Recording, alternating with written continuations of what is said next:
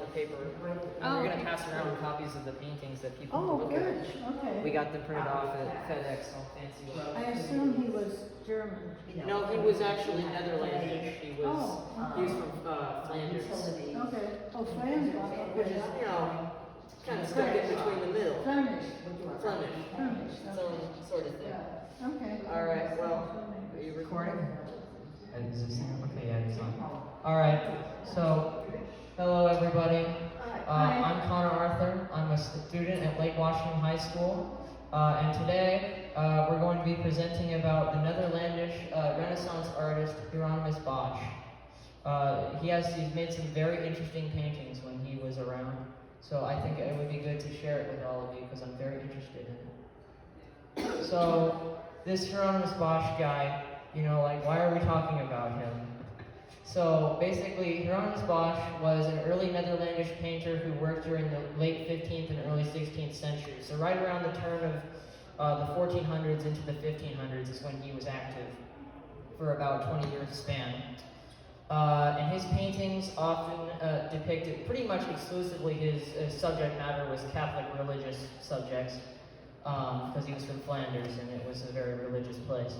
So they were, however, what made his religious paintings stand out is that they were filled with all kinds of grotesque and monstrous creatures representing demons. And you're going to see some examples of those pretty soon. So, however, we don't know a lot about the guy himself. Only his artwork survives to prove what kind of person he was. We have almost no information about his life other than records from his hometown. What was his hometown? His hometown was Hieronymus Bosch, which is a town in the middle of Flanders. It's in the Netherlands nowadays, in North Brabant. And his paintings are known for their surreal landscapes and strange characters.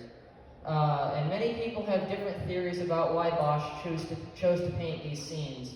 But due to a lack of information about what he was like as a person, it's ultimately up to the viewer to decide what the artwork really means and to decipher the personality of this enigmatic artist. So here is a picture of what he may or may not have looked like. This is a drawing from Hieronymus, but it's not titled self-portrait, so we can only guess as to who it is. But people have commonly accepted this as a self-portrait. So Hieronymus Bosch was born as Hieronymus van Aken in 1450 in Hieronymus, Duchy of Brabant, the Holy Roman Empire. And it was known that he was born in his grandfather's house because it's mentioned on his birth records. And his family roots, his family had a background from a town called Nijmegen, I believe that's how you pronounce that, and Aachen, which is in Germany now. And it was known that he had 2 brothers and a sister because that was also mentioned on his records. So his grandfather and his father were both painters before him, so it ran in the family. It was the family business to be artists. Something you don't really see a lot anymore. And his grandfather's name was Jan van Aken, and his father was Antonius van Aken. Unfortunately, the records containing what his mother's name was, they have been lost, unfortunately, so we don't know the identity of his mother. But what little information we do know about the man comes from municipal and religious records from his hometown, which he lived in his hometown his entire life. He never left. The furthest away he moved was a couple miles when he got married. You know, it was pretty hard to get around back then. They didn't have cars or airplanes or anything. He had to walk everywhere. So one important detail about him is that he was a member of a very influential religious confraternity called the Illustrious Brothers of Our Blessed Lady, which is a group of people in Hieronymus who got together to pray. And the Catholic religion was the main subject matter of his work, probably because he was a very pious person, supposedly. And sometime between 1479 and 1481, he married a lady named Ali Goyaerts van der Meerdien, which is probably the most Dutch-sounding name of all time, and who was only a few years older than him. She was like maybe 3 or 4 years older than him. He died in 1516, and a funeral mass was held for him on August 9th of the same year. So his illustrious career ended shortly after the turn of the 16th century. So his work usually focuses on one important event, which is mentioned in the title of the painting, and then it has a lot of strange and random secondary characters in the background.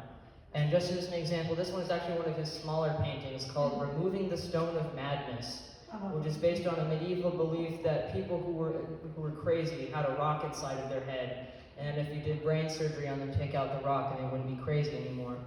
Unfortunately, this didn't work. They almost never found the rock, but it made an interesting painting subject. But as you can see here, this man, the surgeon, removing the guy's rock from this guy, he's wearing a funnel on top of his head, which is kind of a thing that keeps appearing over and over again in these paintings, is that there are people wearing funnels on top of their heads. We have no idea what this means, if it had a symbolic meaning at all, or if he just liked drawing people wearing funnels on top of their heads. Or if it was actually a funnel. Or maybe it's something else, but it looks like a funnel. It does look like a funnel. Anyway, he completed more than 20 paintings in his lifetime, and then he made some random ancillary drawings alongside the paintings, which the drawings are mostly preparatory work for the paintings, making sketches for the characters in the paintings. And most of his paintings were actually triptychs or polyptychs, which are basically three-piece paintings. Paintings that come in three panels that are connected to each other. And most of his work was not actually made for the church, but actually for wealthy patrons who wanted religious decorations in their private homes. So the first painting that Hieronymus Bosch did that survives to this day, because there are a lot of ones that have been sadly lost probably, but this is the earliest one that we have. It's called The Adoration of the Magi, depicting the three wise men coming to visit Jesus, happened in the Bible. And it was painted around 1485 to 1500. We have very loose dating on these paintings because he didn't sign them with the year they were made. We had to determine it with scientific methods, like determining the number of rings in the wood that these are painted on. Because they're not painted on canvas, these are painted on wood, which was a very common medium for medieval paintings, was that they were painted on wood. So what they've done is look at the side of the painting and look at the tree rings and determine the age of the painting from that. So as you can see here, this is a triptych. It's got three main components to it. I'm just going to go around the other side here, this will be easier. And Mom, can you start passing around the painting? It's the first one on the top. You can look at this yourself, pass it around to the people. So in the middle panel, we have the stables where Jesus and Mary are sitting right here. Infant Jesus and Mary, and then the three wise men visiting Jesus. And then we have some other random characters in the background, which we're going to discuss a little later. Over here on the left, we have this guy, whose identity is not known, but this guy is actually a portrait of the person who commissioned the painting. His name is Peter Schaefer, or however you pronounce that. Schaefer? No, Peter, you'll see how it's spelled later. I don't know how to pronounce it. And on this side, there's the lady there's a woman who also helped commission the painting, but her name is on the slide. I don't remember it off the top of my head, but. Were they married? No. I think they were friends, actually, or something. But their last names are different, so they're not married. So here's the close-up of Mary and infant Jesus in the painting. Very standard. It's actually one of the most plain characters in his paintings, because most of them are just strange, and it stands out as being normal. Well, it's got those weird faces. Oh, these are just, random background. These I was saying about those random background characters. These are random people in the stables trying to get a good look at Jesus. And then over here we have the wise men. Now, they're very ostentatiously dressed because they were going with the wise men as kings theory for this painting. So. You mean they may not have been kings? Well, the different interpretations either have them being astrologers or kings. So. But anyway, and one of the interesting things about this is that how detailed his cloak is, which we're going to get a good look at that pretty soon. And then this guy in back here, he's not a wise man. There are different theories on what his identity is, but he's just a strange character who's wearing his hat. I don't know if you can see that really well, but his hat has an hourglass on top of it. So some people think that he represents the passage of time. because that was the symbolism of the hourglass in medieval imagery, was the hourglass represented the passage of time. So they think that he's a representation of time, or the future possibly. So then here are the donor portraits close up. We have this man on the left, who is Peter Schaeffer, or however you pronounce that, and then this lady, her name is Agnes de Graham. And they were the joint donors to Bosch, who commissioned the triptych. And then this smaller woman down here is probably her daughter, but we don't know what her name is, as it survived. Oh, I thought that was the Agnes. No, Agnes de Graham is this woman holding the book. Okay. But anyway, and the donor portrait was a very common practice in medieval artwork, where the commissioner of the painting, even if it was a religious scene, they wanted to be put into the painting, right? Because they're, self-inserting into religious stories. But they were always drawn smaller than the other characters, even if it didn't make sense from a perspective, realistic standpoint.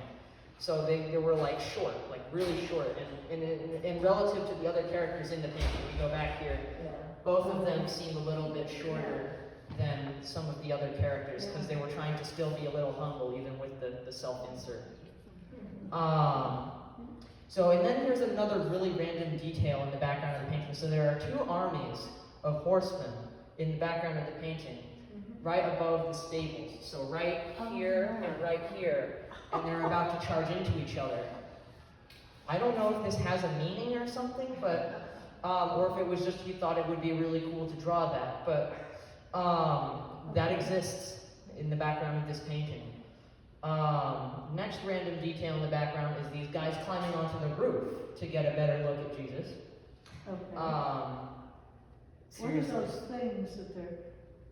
I have no idea I think those are musical instruments. Oh wait, he's got a bagpipes, that's what he has. It's very strange. Yeah. And he's wearing some kind of blue hat on top of his head. I'm not really sure what that is. It's also interesting that one of the characters on the roof is only done in muted gray colors. Yeah. The others are more The background characters, if he wants to, how Bosch emphasized certain characters versus others is giving them more color, making the less important characters in the scene almost monotone. Yeah. Huh. Okay. Thank you for pointing that out. And then here's another really random detail. It's super far back in the painting, which is why it's so blurry and small. I had to zoom in really far. But it's a guy getting mauled by a wolf. Well, sure, everybody's got that in their painting. But it was a very random, strange detail, but it's there. It looks like a fork through his back. He was fighting him. He looks like he got a knife in him, but anyway, and some people, I don't know if there's a meaning attributed to this random character in the back of the painting, or if Bosch just added him because he felt like it. You can never really tell with him. And then up close, here's a close-up to the wise man's cloak. And in the scene, illustrated on it is the visit of the Queen of Sheba to King Solomon, which is kind of an echo of the visit of Queen Sheba to Solomon and then the visit of the wise men to Jesus. Sort of a Bibleception there. And it's so small, so detailed. This is one of the most detailed components of the painting that existed in the late 1400s era of painting. That it's almost a painting onto itself. Just that little tiny element of the character right there, which I think is quite impressive. And then on the back of the triptych, when it's closed, because it's like a window with shutters that you can close. On the back, he also illustrated the back of the painting. He illustrated it with a completely unrelated character. A lot of the backs of these triptychs are decorated with an entirely alternative scene. It's decorated with Saint Gregory the Great, who was a pope in the 600s. He sent missionaries to early Anglo-Saxon England. But and it's a picture of Saint Gregory the Great offering mass, which is completely unrelated to the wise men's visit to Jesus. But he's I guess the donor. Catholic. Yeah, but very, very far removed in time. So I guess the commissioners thought that would be a good painting. He was like, just put it on the back. But it doesn't have a lot of color. Now he's one red hat. And then this painting is Bosch's most famous painting of all time. It's called The Garden of Earthly Delights, and it was painted from 1490 to 1510. And this is the painting in full. And some of you, if you knew Bosch, if you have heard of him before, this is probably the image that most people think of when you say Hieronymus Bosch. Yes? No. The picture that was being passed around, I never did see. Oh, sorry. If you came in late, then you wouldn't have got it, but you can look at that. I didn't come in late. Oh, I'm sorry. I'm very sorry. Anyway, so this is another 3-panel triptych. On the left here, you have a scene of the Garden of Eden before original sin. And Jesus and Adam and Eve are seated at the bottom of the left panel here. And we're going to get a close-up of that later. Middle panel is a scene of a bunch of, naked people frolicking, which people have interpreted as representing sin in the mortal world. And then in the third panel, the triptych, which is a lot of people think it's the most important part, is a depiction of hell. So, it's kind of a threefold depiction of, I guess, I'm not really quite sure what the terminology is, but maybe the soul's journey through life in Christianity. Are those round things some kind of weapon? Are you talking about these? Yeah. No, those are, frankly, I have no idea what those are supposed to be, but some of them look like buildings, but they're not normal buildings. No, they look like planets. Yeah. So here we have a close-up of Adam and Eve and Jesus hanging out. And they're surrounded with animals, right? But there's something not quite right about these animals, and you're about to get a closer look at them. So here we have some strange mutant animals here, I guess. We have the 3-headed lizard over there, the 3-headed bird, which is standing right at the feet of Jesus. And then this guy, who's got a fish bottom and a duck's upper half reading a book, which is just, I told you, some of these are absolutely random and may or may not have an actual meaning to them, or just exist because of Bosch's overactive imagination. Bird lizard thing. And then a more conventional legendary creature, you have a unicorn. He's just hanging out, drinking from a pond. The thing about unicorns in medieval times is that people thought that they were real. So potentially Bosch may or may not thought he was depicting a real animal or not. But also they had an important symbolism too, and people thought that their horn was a magical cure for anything. So, there's that. But unicorns remain to be proven, I guess.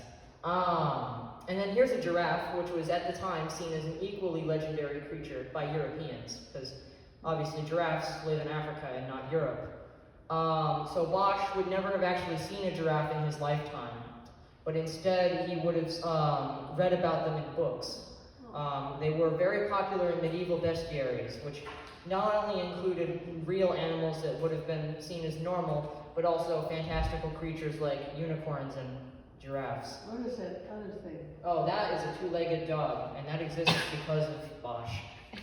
But anyway, so the Europeans traveling to Africa on business, I guess, would have seen giraffes, and they would have been like, wow, that is the most interesting animal of all time. Let me make a drawing. So then these drawings come back to Europe, and Bosch is like looking, and he's like, wow, that is the coolest animal ever. I gotta put one of those in my paintings. And then there's a 2-legged dog. Well, that giraffe doesn't look exactly like a giraffe. Oh, yeah, there's a porcupine over there, but Yeah. he's just a regular porcupine. He's not very interesting, so I didn't zoom in on him. Okay. And then in the middle, we're moving over to the middle panel here. We have a scene of all of these people. But the most interesting part of this is this guy carrying a clam with people inside of it. Yeah, that's quite weird and That random. is a little weird. And then even more strange scenes here, people swimming in a pond, and these 2 people inside of a fruit, I guess, and this guy who's got a rabbit or some other thing. Rat. Rat. It looks like a rat, but it's got rabbit ears, so maybe it's like a cross between a rat and a rabbit. Okay. And then this strange aberration, which has human lower half, human arms, and an owl for a head. Because making strange monsters was really, I guess, what his passion was. Wow. And then over here, now we're moving on to the third panel of the triptych, which is hell. And over here we have some torture scenes. We got all kinds of nasty things going on. We got a guy who's kind of crucified on a harp, which is quite scary. And then there's this demonic guy over here with his mouth open. He's got like a snake mouth and a person face and all kinds of nastiness going on over there. Music on the rear end? Yes, musical rear end. That's an image. And this is one of the more interesting details of the painting. It would have been seen as very shocking even back then. He wasn't afraid to provoke people in his art, I guess. Is that person laughing at him? Yes. I guess he thinks it's funny. That is funny. And then he's got someone's claws about to grab him on the back though, so. But anyway, and that is actual music that people can play. That is written in authentic 15th century musical notation. Wow. I don't know what it sounds like, but it must have been a real haunting tune, you know? And then over here on the left, we just have we have a guy with a dolphin face, which also another creature that Hieronymus Bosch probably may not have ever witnessed in his lifetime, probably hearing about them through books or stories. And then this guy reading the book, sitting on top of a person, being used as his seat. So basically the message was, don't misbehave or otherwise you might end up as some monstrous guy's seat for all eternity. So, and then this is a monster with the head of a rabbit because grotesqueness. There's loads more characters in this painting just like this, but I don't have all day to go through them, so I wish so. And then here's the most important character in the entire painting. He's huge. He's called the Tree Man by Bosch enthusiasts. And why he is important is that because his face, many people have construed it as being a self-portrait that Bosch inserted into the painting. But as you can see, he's got his legs are trees in boats in a river. Where's the river? What? Where's the river? Oh, let me go back over to the painting in full. Over here, there's some water going around here, and then there's the tree man, and his feet are boats, his legs are tree trunks, his body is an egg. Okay. You know, he's made of all kinds of things. Anyway, and he's got people dancing on top of him over here, and then people sitting inside of him, and all kinds of things. Which way, I see the head Mm-hmm.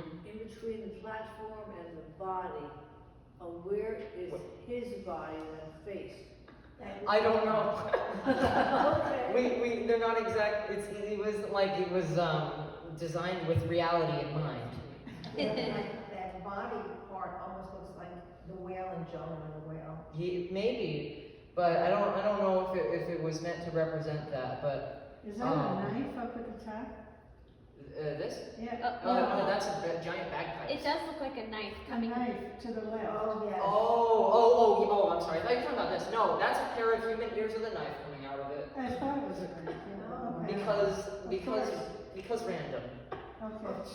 So yeah, that's another interesting character up there is the pair of human ears with knife coming out of Does it. have a diagnosable mental illness? Now, people have theorized that his strange artistic sense came from mental illness, possibly. But there's no records of him ever being sent to a madhouse or anything, even though those did exist in medieval times. They had a place for keeping people who were mentally ill. But he was never locked up, so I guess he wasn't at least violent. I just go with the imagination theory that he was just a very creative person. But my mom suggested that he did drugs, but I don't find that very likely considering that they didn't exactly have drugs in medieval Europe. Well, that. Yeah, yes? I didn't Oh, see the last. Oh, sorry. Everyone, when you're passing around the painting, make sure that everybody can They get one. had things like mushrooms that. They might have had much. People, he might have, but I don't know if those were exactly known in Flanders at the time, Oh, okay. or Brabant. Okay. Anyway, so here's another close-up of him. So Bosch, as I mentioned earlier, he never had an official self-portrait. But the reason why people suggest that this is a self-portrait is because it's similar to the other drawing I showed you earlier. So people say, oh, this face looks like the one in that drawing might be a self-portrait. So basically, this is the best thing we have to go off in terms of what his face might have looked like. And these were these in oil? These were oil paintings, yeah. Oil paintings had been around for at least, I think 20, 30 years before that. They were invented by an artist named Jan van Eyck. You might have heard of him. Oh, yeah. He was quite famous in his day. And he lived very close to where Bosch was from. And then this is the drawing. This is one of his drawings I that's mentioned. it. Yeah. And this drawing here was a preparatory for Garden of Earthly Delights. And this is the tree man in a sketch version. And his feet in the boats. Mm-hmm. Yeah. Yeah. Yep. So, and then the third, one of the other important details is that the flaming background of his painting. So the reason why we think that he has a lot of other flaming backgrounds in his paintings is because when he was young in 1463, when he was around 13-ish, there was a massive fire in his hometown that destroyed hundreds of buildings, which must have left a pretty big mental scar on young Hieronymus. So using the memory from that, I guess he incorporated that into his depiction of hell. Was the flaming buildings in the background. And then the most important other character, other than the tree man, is the Prince of Hell. At least that's what people call him in the terminology of the painting. He's a massive guy sitting in a throne, I guess. It's really far off the ground. And he's got a bird face, and he's wearing a cauldron on top of his head as a debased mockery of a crown. And he's eating people and then, pooping them out and then having them fall into a bottomless pit. So, yeah, pretty scary, right? So this is Hieronymus Bosch's devil, I guess. Yeah. And then last I promise in this painting, this is just a very important one, is this scene down here with these characters. So there's this guy getting attacked by a pig wearing a nun's headdress, which is, spooky. And then there's this creature down here he's got the head of a bird wearing a helmet, barred-faced helmet, and then he's got an alligator tail ending in a stinger. Just another example of strange monsters that Hieronymus Bosch creates. And then also, he's got a foot hanging off the hook on the top of his helmet, too. So, yeah, he's clearly not to be messed with. Anyway, and then this is the rear panel of the triptych. So this is supposed, or at least theorized, to represent the world before humans were created, according to Hieronymus Bosch. And it's going based on one of the many medieval theories of what the world looked like from far away, is that it was a dome, the firmament, surrounding the world as a half sphere. But it was just one of many theories, and there were still a lot of people in medieval times actually did understand that the world was round due to the calculations done by Aristotle, I think, did. Because the classical works were actually widely read by the 1400s because of the Renaissance, but I guess Hieronymus wasn't much of a reader, so he just used his imagination to create what he thought the world looked like from far away. So then this is the next painting. Start passing it around. Make sure everyone gets it. Is the first Last Judgment, like the first one. There's only one Last Judgment. Well, Hieronymus Bosch did actually two of them, painted for different people. This one's painted from 1495 to 1505.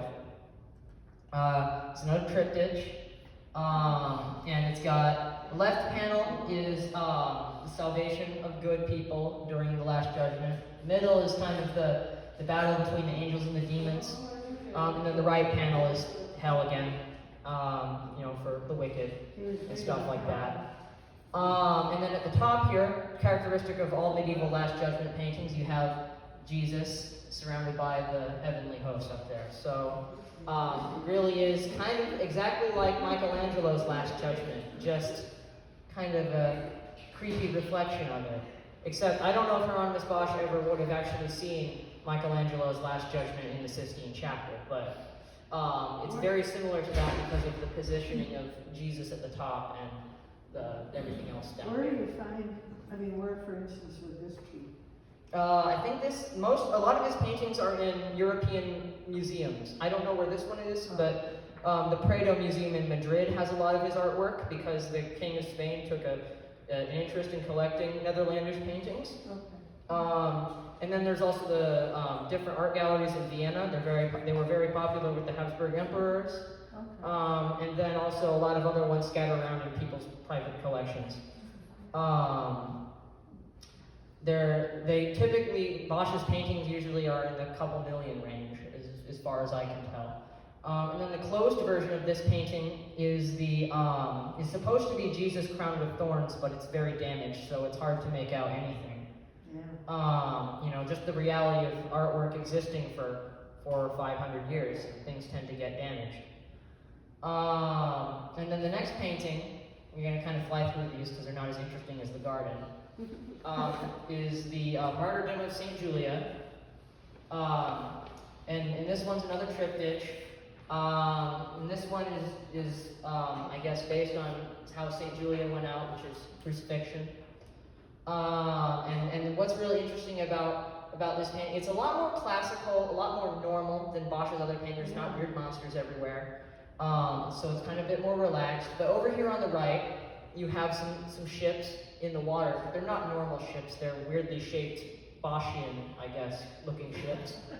And then there's a donor portrait somewhere in here, but I don't remember which character is supposed to be the donor. But it's very normal as far as Bosch goes. So then the next painting, which is another monster painting, is the Temptation of St. Anthony. And this one is another triptych. This is, I guess, is his favorite thing to do, or what people just pay him to do the most. And the central painting is really, I just need to zoom in because there's so many characters in this one. But over here on the left is where you actually have St. Anthony. He's being carried around by two of his brothers. St. Anthony, for those who may not have known about him, is that he was one of the early Christian desert fathers. He was a monk who went out into the Egyptian desert to meditate about God. But according to the legends about his life, he got tempted by demons pretty often when he was out in the desert, kind of like Jesus, when Satan came to tempt Jesus. So this is a painting of that. And then the middle panel, this is the central scene of the painting, even though it doesn't include the main character for some reason. It's just these strange characters here. We got this guy who has a trumpet face. You have this person who is completely white for some reason. This guy who's got a pig nose. And then a lizard. Oh, I'm very sorry about that. Don't worry, I'll fix it. Anyway, and then this guy right here, who I believe, in my opinion, I think he's one of St. Anthony's desert fathers, going around asking for alms. So you have like evil-looking characters right next to good ones in this painting. So here's St. Anthony up close. He's pretty tired, so he's being carried around by a couple of his brothers. And then there's this monster, who is very famous in the Bosch sort of circles. He's known as the ice skating monster, because his feet are ice skates, which, yes, they did exist in the Middle Ages, actually. Just not a lot of archaeological evidence of them survives. We only have paintings or attestations to confirm whether or not medieval people did know about ice skating. He's wearing a funnel on his head, just like the earlier guy.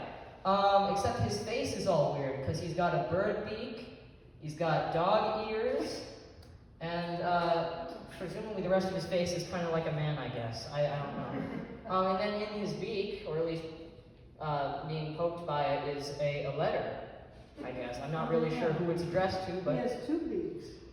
Where? What? Well, yeah, he's got the top part and the lower part, but they don't look like they would go together very well, so they're No. kind of stuck This way. like that. But, you know, spooky. And then he's got a tree branch coming out of the top of the funnel. Yeah. So then the next character is this guy, who is a giant person who's a hill. And in between his legs is the entrance to a cave, I guess. Oh. Just another really random, weird character. who Wait, point exists to in his this game. face. His face is up here. Uh-huh. His back is the top of the hill with the grass laid on top of it, I guess Oh. like a blanket. And then his in between his legs here is the entrance to a cave or a dungeon or something, I guess. And then over here, and these are to the left of that main scene I showed you earlier, those guys together. These guys are slightly to the left of that, but really their positioning doesn't matter, they're just very interesting. There's this monster-looking guy here who has a horn coming out of his forehead. He's only got 2 legs. There's this guy who otherwise would be a normal person if it wasn't for the fact that he had a tree branch coming off the top of his head, which conveniently ends in a helmet. Which I don't think that helmet would serve very much to protect him, though. He's kind of got a tree branch problem. And then you just got some random characters behind him. This devil face-looking man. And, I think that's a guy with the body of an insect, but his head ends in a medieval closed helmet. Is that a bicycle wheel? Oh, I'm so glad that you noticed that. That is actually a medieval torture implement called a breaking wheel. Oh. Which basically, this was used to perform executions mostly on the continent, in France and Germany. It was especially popular in Germany. In fact, the last execution done by breaking wheel was, I believe it was in the 1820s in Prussia. Yeah, medieval torture implements surviving all the way into the 19th century. Anyway, how executions were performed with this thing is that it was a giant wheel, and they smashed your joints with it. And depending on the severity of your crime, the amount of times you get smashed with it would go up. And then eventually all of your joints would be broken. So that way they would weave your body in between the spokes of the wheel. Oh. And then they'd leave you there until you die. Oh, you weren't dead? Now this was preserved for really bad people. This wasn't for petty theft or anything like that. This was for serial killers. Good. So there were a lot of medieval German serial killers who got executed by breaking wheel, and I wish I could remember some of their names or something, but there was one guy who lived around the time Bosch was in business, who got an execution by 40 droppings of the wheel onto his body. And then he was left on the wheel for, I think he survived for about 7 days, and then he finally died. But he was a notorious serial killer who had killed about dozens of people, so he kind of deserved it. It looks like the stick of the wheel is going into the character's Yeah. back. Maybe it is sticking out of him. I'm not really quite sure, but Weird. it's just, and then also there's some dogs down here who are wearing armor. Armored dogs. There's nothing else special about them other than that. So, They're dogs. they're doggies. Anyway, so those are those characters. I think they're some of the most interesting minor background characters. And then the rear panels of this painting is the Passion of the Christ when Christ is going to Golgotha to get crucified. He's right there. And then They're whipping him on the Yeah. side. so the medium that was used to paint almost all of the rear panels of these triptychs was called grisal, which is basically soot that had been mixed with water to create ink. And basically it was a lot more inexpensive than regular paint because it's just soot, you can get that anywhere. Because everyone was heating their homes with firewood back then, right? Because they didn't have anything. Anyway, so basically he just was like, you know what, you want a drawing on the back of the triptych? It'll be like, I don't know, 20 guilders.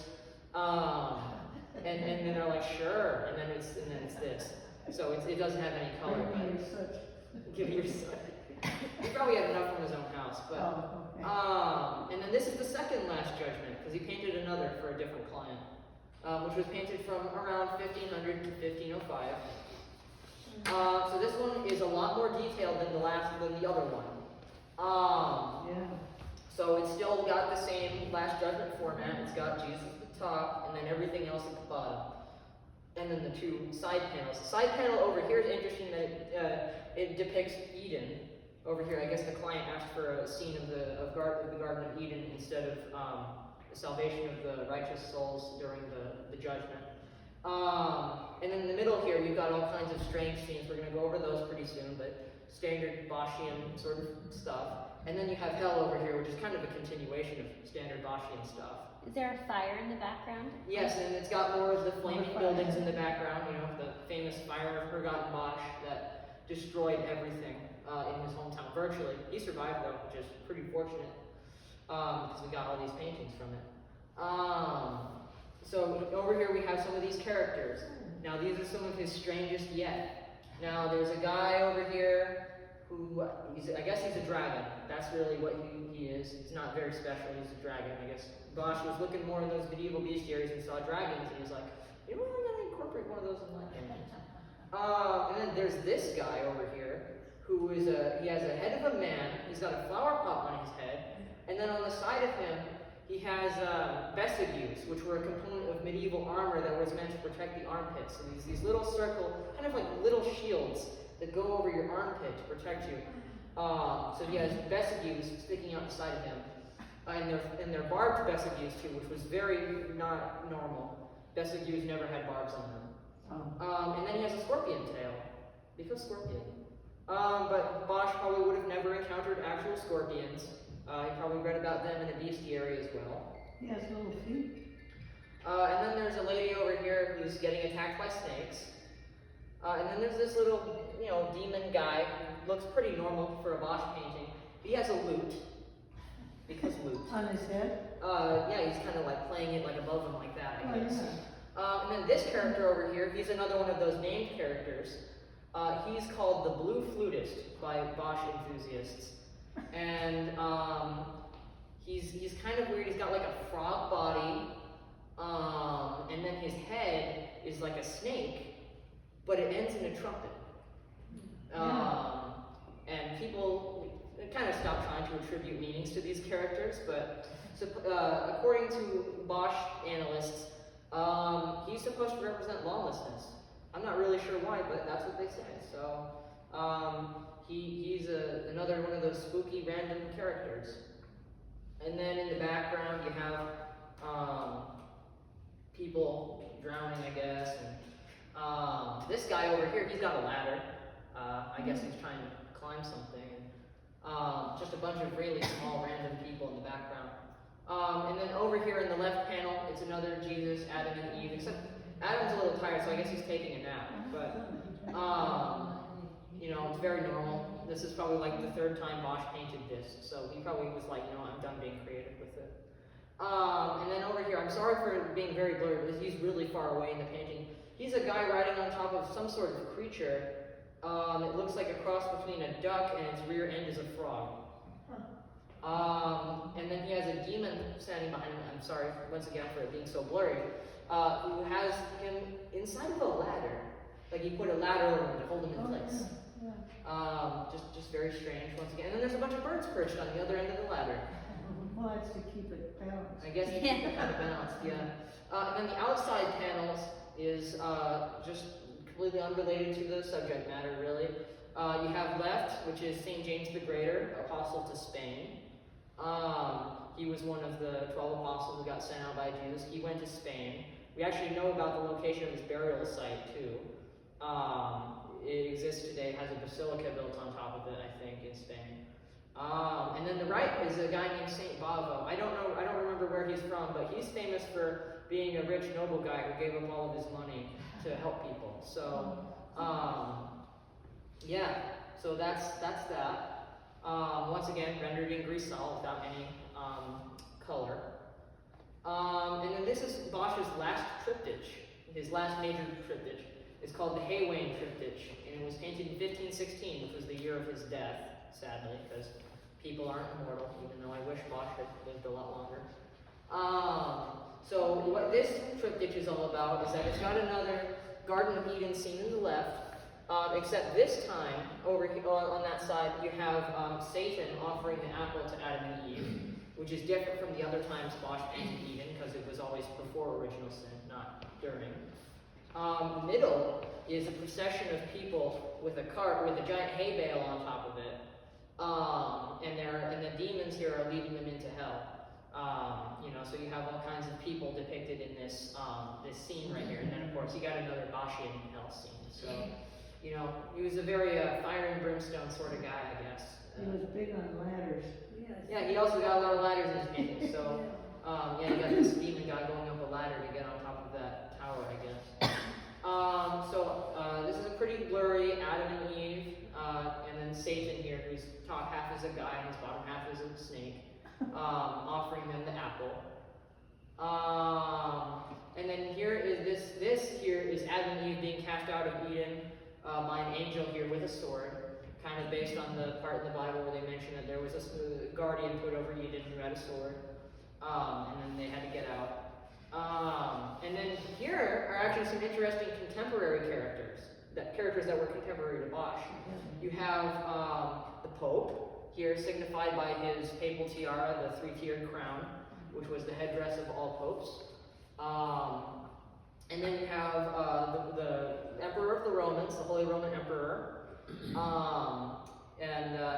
Now, that's not a portrait. So the emperor who was ruling when Bosch was alive was Maximilian I.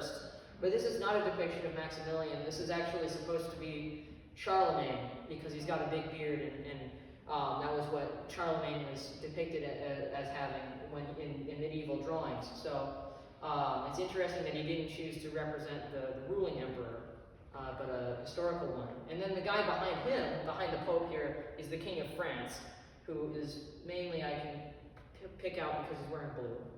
And then behind him, how I know that this might be the King of France, not just some random guy, is that over here, way far in the corner, you have these heraldic banners with the arms of the Holy Roman Empire, which is the black eagle on the yellow field, and then you have the arms of France, which is the fleur-de-lis on the blue field. So in this procession, he was trying to kind of represent how anyone can succumb to evil and go to hell, even popes and emperors and stuff, all equal in death, right? And then on the top of the cart, on top of the hay bale, you have these people who are kind of just sitting around, not really paying attention to things. And then there's demons surrounding them. Classic Boschian sort of scene. And there's even a guy and a girl kissing right there, which you don't usually see every day in medieval paintings, do you? You see a face of somebody coming around the backside. Mm-hmm. Oh yeah. Yeah, there's a guy, I guess, looking out from behind the bush there too. And then there's an angel right next to them too, so it's kind of the angel and demon fighting over the fate of the people there. Is there what was that, a stick coming out of the tree? Was that something they were... That is I'm not really quite sure what that is, but it looks like it has a pot of some kind hanging off the top of it. Like they put a pot on top of one of the branches sticking out. I'm not really sure. It looks like the angel's looking at it. Yeah, I'm not really quite sure what. I don't know. There's an airplane up in the That's not an airplane, that's a bird. Bosch did not predict airplanes, sadly. Leonardo da Vinci was trying though. Yeah, you're right. But Leonardo and Bosch were not alive at the same time for very long. Bosch was pretty young when Leonardo was still active. Anyway, and then over here you got a hell scene, monsters and demons and poking people and stuff. So there's a guy over here, he's a demon, and he has butterfly wings. Because Bosch thought, what I haven't done yet? I haven't painted demons have butterfly wings, so I better paint one of them. There's a guy with a sword in his back.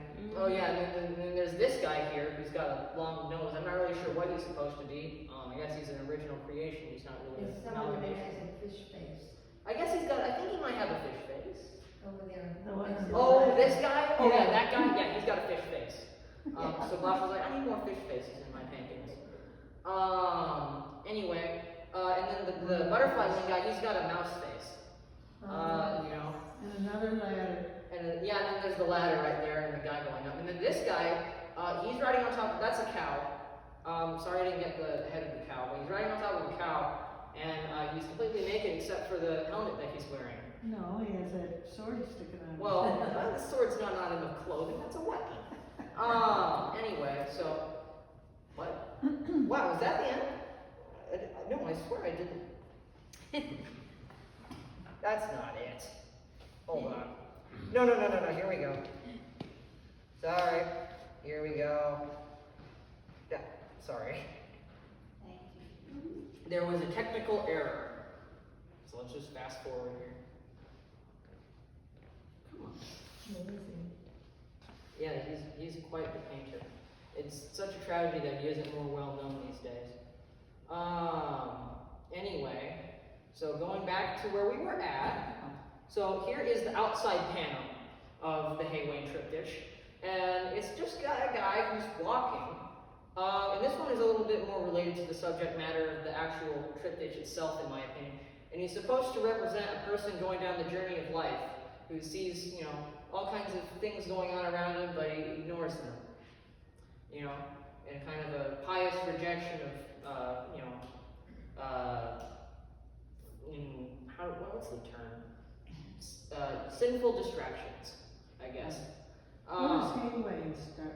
What is that? The Haywain is like a medieval term for the wagon carrying the hay bale. I'm sorry if I didn't mention it, I'm sorry. Anyway, fast forward. Oh, here we go.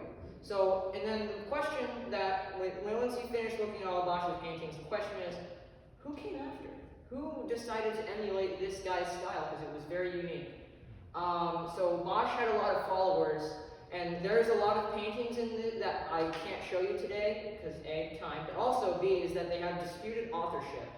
A lot of paintings attributed to Bosch, we don't actually know whether or not they were his paintings, because he didn't sign all of them. He was very sporadic with his signature. Anyway, so he had a workshop of potentially dozens or up to maybe 200 apprentices who worked for him in his workshop doing things for him. Like, so if he got a commission he didn't really feel super great about, he's like, you know, I've already done like 4 or 5 last judgments already, like, you know, just let them paint it. Anyway, so he had a lot of students who were trying to learn how to copy his art style because they liked it. They thought it was different than what a lot of other painters were doing at the time. So a lot of these paintings that have been variably attributed to Bosch, ones that are in Viennese museums or Spanish museums or Dutch ones or any other ones. Even I think the Metropolitan Gallery of Artwork has at least one that could be attributed to Bosch. Anyway, so a lot of these paintings could have been actually made by his followers, but these ones that I show you today are ones that are pretty certain that Bosch made them by his own hand. Anyway, so after Bosch died, he had a lot of followers. He was incredibly popular during his lifetime, actually. So he's not like a lot of other artists who languish in obscurity during their lifetime, and then their artwork gets discovered and they make it big, but they're dead. Bosch was instantly a classic when he was around. Very popular with the Flemish nobility. You know, the Duke of Burgundy and all of them. And then after he died, then he got more popular in wider Europe, and his paintings started getting bought up and put into royal collections and all of these things. Which is why the Prado Museum in Madrid has so many of these paintings, is because they were bought by the King of Spain personally.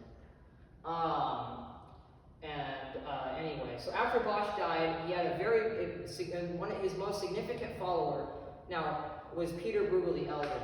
And Peter Bruegel the Elder was Flemish. He was from roughly the same region as Bosch, but he was not an apprentice of Bosch. Peter Bruegel was born a little late to be an apprentice of Bosch. He was very young when Bosch was in his final years. So instead, Peter Bruegel grew up being exposed to Bosch's work by looking at it in galleries and things, and I don't know how his paintings got around, but Peter Bruegel was very interested. And Peter Bruegel made a lot of paintings similar to Bosch as well. Anyway, so this is a painting, well, a drawing of Peter Bruegel. Although it's, once again, the problem of medieval artists not attributing their self-portraits. It's just called The Artist and the Connoisseur, because there's a guy standing behind him watching Peter Bruegel painting, I guess. But anyway, he was Bosch's most famous follower who came after. Sadly, all of Bosch's workshop, they weren't allowed to sign, these apprentices weren't allowed to put things with their own signature on them. So none of their names have survived. Whenever a painting is discovered that may or may not have come from his workshop, it's just labeled by a follower of Hieronymus Bosch. That's sad. Yeah, but it was a rule. It was a rule that existed in medieval times because painting was treated as a guild profession. It was, you know, young artists grew up as apprentices to other artists, and as you know, only a master in a trade, like a master wood carver or a master carpenter or a master anything in any trade, is the only one allowed to have a mark, right? Apprentices don't get marks. They have to earn those when they become a master. So Hieronymus Bosch's followers, the reason why they weren't allowed to sign anything with their names or put a mark on it or anything is because they were apprentices. So, anyway, so, however, his popularity did start to drop off pretty soon after he died. When the 16th century was over, Bosch was out of style. It was treated as a medieval curiosity. And people weren't paying a lot of attention to it. These paintings, they languished in royal galleries and were kind of treated with disrespect. Because in the 17th and 18th centuries, and in the 19th century as well, they were treated as medievalism. Medievalism was a kind of an artificial conception in the minds of 17th and 18th century people, where they thought, oh, it was the Dark Ages where people didn't make any art with value, and it was so stupid, and we only discovered artwork when Leonardo got born. You know, all of that stuff, you know, kind of an attitude that kind of still lingers on, of, you know, a negative attitude towards medieval times. Anyway, so his paintings languished in obscurity. They were almost forgotten. I mean, Bosch, his fame during his lifetime and then after was almost a night and day difference. But anyway, he experienced a little bit of a revival in the late 19th, early 20th centuries with the advent of surrealism. And artists like Salvador Dali and all the other, you know, famous surrealist painters took quite a bit of inspiration, and they owed a lot to the work done by Bosch, and also Peter Bruegel and all of the people who followed after Bosch. Anyway, so here's the end, and this is one of his more funny paintings that isn't really related to anything, just a funny scene. It's called The Concert on the Egg, because there's all these guys sitting on top of an egg. Once again, funnel-headed man makes an appearance with glasses, which, spoiler alert, medieval people had glasses too. And then just a bunch of random funny characters singing out of a book. Looks like a chicken in the basket. Oh, wait, this one up here? Yeah. Oh, yeah, that's a dead chicken. Yeah. I guess that's their lunch. Yeah. You know, they brought lunch to their concert on top of the giant Is that egg. like a devil playing a? I think, no, he's just a tiny man. Oh wait, no, this guy's a devil. Yeah, that guy right there. So, even when he wasn't painting religious scenes, Bosch still thought it important to include little tiny monsters in his paintings. He's a nun with a stick. I don't think that, no, that's a guy. He's just wearing a black hat on top of a white hood. Anyway, so that's it. That's Hieronymus Bosch. Any questions? Thank you so much. Yes? Did you talk about this at the beginning? What was his purpose? To frighten people? His purpose was, so we don't have no words from Hieronymus Bosch survive. We don't have a journal, we don't have a diary, we don't have anything. No letters he sent to anyone. So we can only guess as to what the purpose of his artwork might have been, but it was all religious. And I guess, in my opinion, what the philosophical purpose of the scary guys in his artwork was to scare people straight into not doing sin. You know, right? Because all these grotesque depictions of hell is like, you know, kind of a warning sign, like, you know, do not do sin. Anyway, so that's what I think the purpose of Hieronymus Bosch's artwork was. A lot of people have also said, oh, he was mentally ill, and those were his schizophrenic visions. But personally, I don't go down that route. There's no evidence that he had ever been put into a madhouse or anything. Generally, people who were insane in medieval times, they didn't participate in society. They were locked up because they were very violent. I mean, he sounded successful. He had was incredibly successful. 200 apprentices at that time. That's amazing. Yeah, he had, well, no, there's no definite figures of Yeah, how many but people would a have lot. worked in that workshop, but based on estimates of how many paintings were coming out of it, he must have had dozens upon dozens of people serving him in that workshop. And then his successor, Peter Bruegel also had a similar number of people working in his workshop, but Peter Bruegel's workshop was in Brussels. So it was a lot bigger of a town. He had a lot more cosmopolitan people coming in and asking him for paintings. So Peter Bruegel would have gotten maybe even twice the commissions that Bosch did. And a lot more Peter Bruegel paintings survived. But Peter Bruegel's main subject was not grotesque hellscapes. Peter Bruegel is actually very famous for his genre paintings, which genre paintings is an art term that just means paintings of regular people doing everyday stuff. So he just made a lot of landscape paintings. He made a lot of paintings of, he has one painting called The Peasant Wedding, which is just a painting of a scene at a wedding. But he did make some Boschian stuff, but I think there's only maybe 3 or 4 paintings by Peter Bruegel that can be classified as inspired by Hieronymus Bosch. The rest of them are his genre paintings and religious themes of a more orthodox nature. Anyway, any other questions? No? Thank you for coming, everybody.